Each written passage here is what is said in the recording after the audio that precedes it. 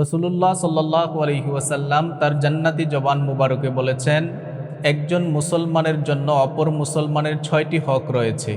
তিরমিজির বর্ণনা, আল্লাহর হাবিব বলেছেন, লিল মুসলিমি আলাল মুসলিমি সিত্তুম বিল মারুফ। একজন মুসলমানের জন্য অপর মুসলমানের 6টি হক রয়েছে। এক নম্বরে হচ্ছে, আল্লাহর হাবিব বলেছেন, ইউসাল্লিমু আলাইহি ইদা লাকিয়াহ। যখন দুইজন মুসলমানের সাক্ষাৎ হবে তখন একজন অপরজনকে সালাম দিবে। 2 নম্বরে আল্লাহ রসুল বলেছেন, ওয়ায়ুজিবুহু ইদা দাআহ। যখন কোনো ব্যক্তি আপনাকে দাওয়াত দিবে তার দাওয়াতে রক্ষা করা, তার দাওয়াতে অংশগ্রহণ করা। 3 নম্বরে আল্লাহর হাবিব সাল্লাল্লাহু আলাইহি ওয়াসাল্লাম বলেছেন, ওয়ায়ুশাম্মিতুহু ইদা আতিসা।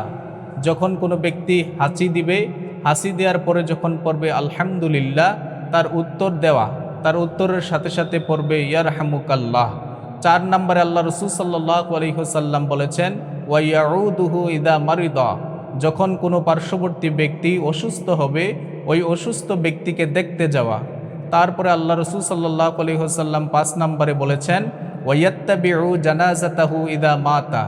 যখন কোনো ব্যক্তি ইন্তেকাল করবে তখন তার ইন্তেকালে তার জানাজায় অংশগ্রহণ করা।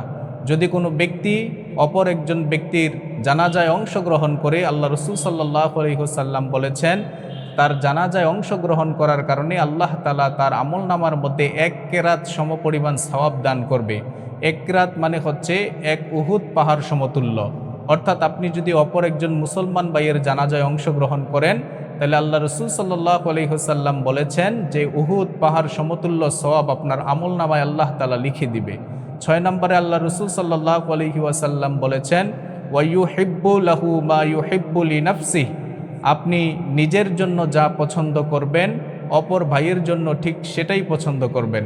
আপনি নিজে যা পছন্দ করেন অন্যের জন্য তাই পছন্দ করবেন। নিজে ভালোটা পছন্দ করবেন, অন্যকে খারাপটা দেখাবেন, সেটা হতে পারবে না। আল্লাহ রসুল সাল্লাল্লাহু আলাইহি ওয়াসাল্লাম বলেছেন যে এই 6টা হক একজন মুসলমান অপর মুসলমানের জন্য রয়েছে। কেউ যদি এই 6টি হক সঠিকভাবে আদায় করতে পারে, তাহলে আল্লাহ রসুল সাল্লাল্লাহু আলাইহি ওয়াসাল্লামের ঘোষণা অনুযায়ী সে অপর একজন ভাইয়ের, মুসলমান ভাইয়ের হক আদায় করলো। আর যে ব্যক্তি এই হকগুলো আদায় করবে না, সেজন্য তার অপর একজন মুসলমান ভাইয়ের হক আদায় করলো না।